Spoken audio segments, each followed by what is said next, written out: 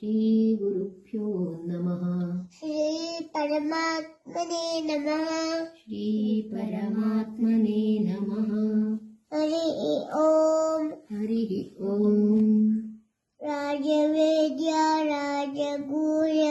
राजविद्या राजगुह्य योगो नाम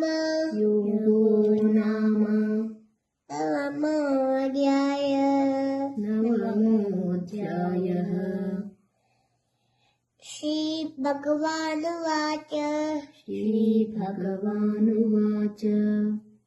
इदं तु ते गुह्यतमम् इदं तु ते गुह्यतमम् प्रवक्ष्याम्यनसूयवे ज्ञानं विज्ञानसहितं ये ज्ञात्वा यज्ञात्वा मोक्षसे शुभात्। राजविद्या राजगुह्यम् राजविद्या राजगुह्यम् पवित्रमिदमुत्तमम्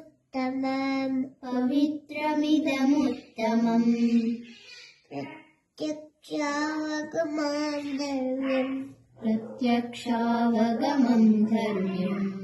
सुसुखं कर्तुमव्ययम् अश्रद्धदानः पुरुष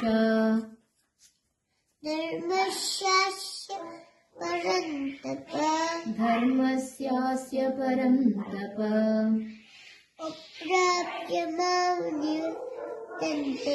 अप्राप्य मां निवर्तन्ते मृत्युसंसारवर्त्मनि मया ततमिदं सर्वम् जगदव्यक्तमूर्तिना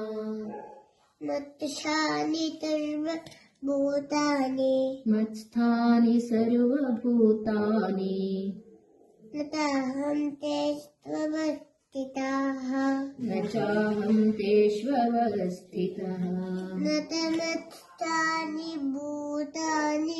न च मत्स्थानि भूतानि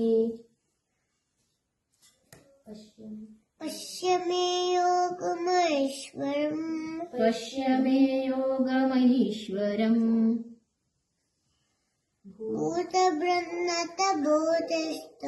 भूतभ्रन्न च भूतस्थो ममात्मा भूतभावनः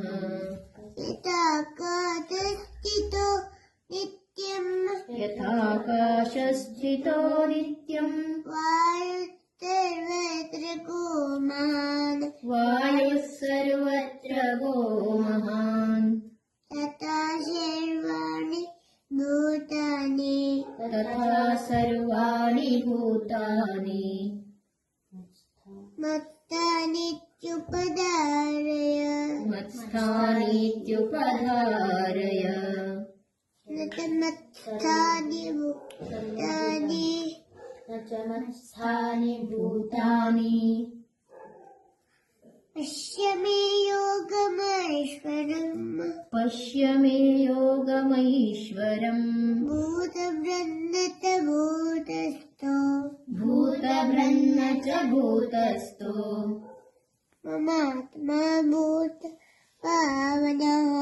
ममात्मा भूतभावनः यथाकाशस्थितो नित्यम् वायुः सर्वत्र गो महान्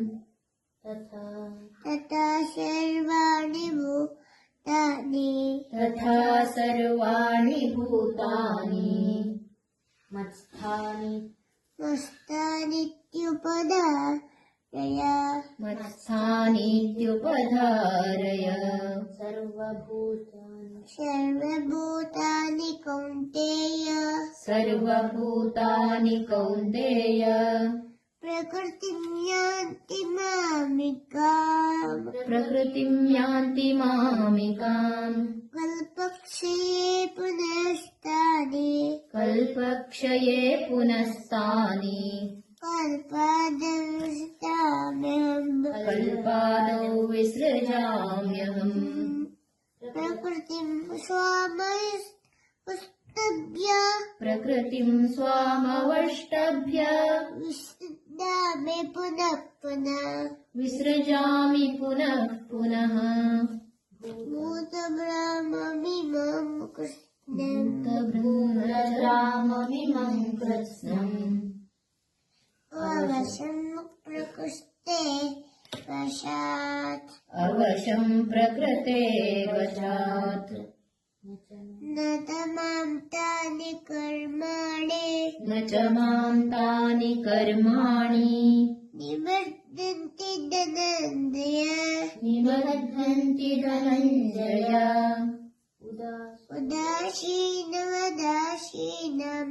उदासीनवदासीनम् अतक्तेन्तु कर्मसु असक्तं तेषु कर्मसु मयाध्यक्षेण प्रकृतिः मयाध्यक्षेण प्रकृतिः श्रूयते सूयते सचराचरम् हेतुनानेन कौन्तेय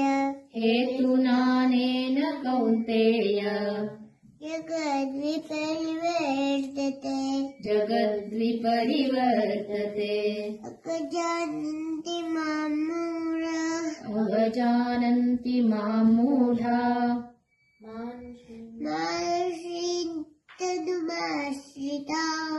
मानुषीं तनुमाश्रिताः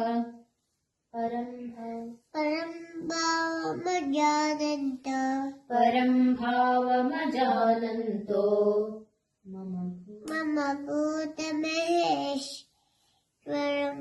मम भूतमहेश्वरम्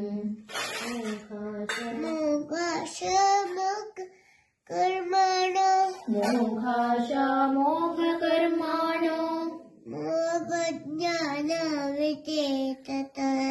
मोघज्ञानाविचेतसः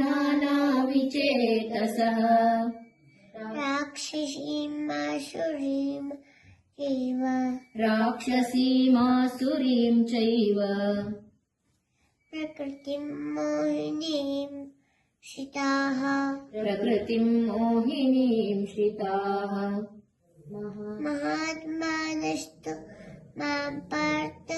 महात्मानस्तु मां पार्थ दैवीं प्रकृतिमाश्रिताः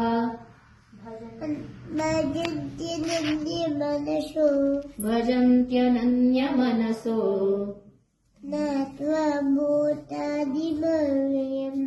ज्ञात्वा भूतादिमव्ययम्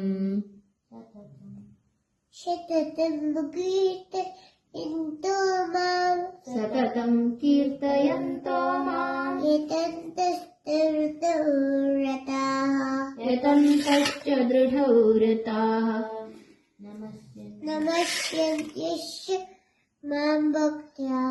नमस्यन्त्यश्च मां भक्त्या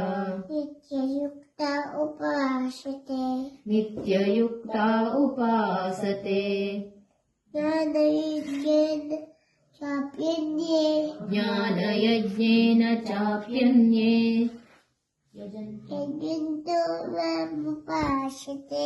यजन्तो मामुपासते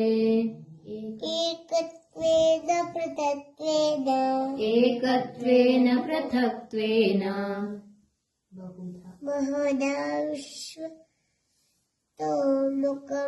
बहुधा विश्वतोमुखम्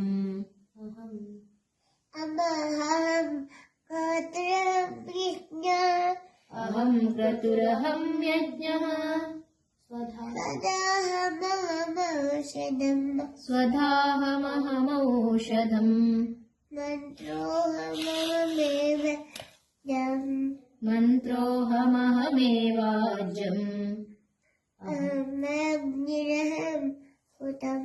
अहमग्निरहं हुतम् पिताहमस्य जगतो पिताहमस्य जगतो माता दाता पितामहः माता धाता पितामहः वेद्यं पवित्रमोङ्कार वेद्यं पवित्रमोङ्कार उक्सामः सुरेव चिम् रुक्सामयजुरेव च गतिर्भर्ता सुबुद्धाक्ति गतिर्भर्ता प्रभुः साक्षी निवाततिरनुहृता निवासः शरणं सुहृत् प्रभव प्रलयस्थानं प्रभवः प्रलयस्थानम् निदानं निधानं बीजमव्ययम् ॐ तत्सदिति ॐ तत्सदिति श्रीमद्भगवद्गीता श्रीमद्भगवद्गीता सुपनिषत्सु ब्रह्मविद्यायां योगशास्त्रे ब्रह्मविद्यायां योगशास्त्रे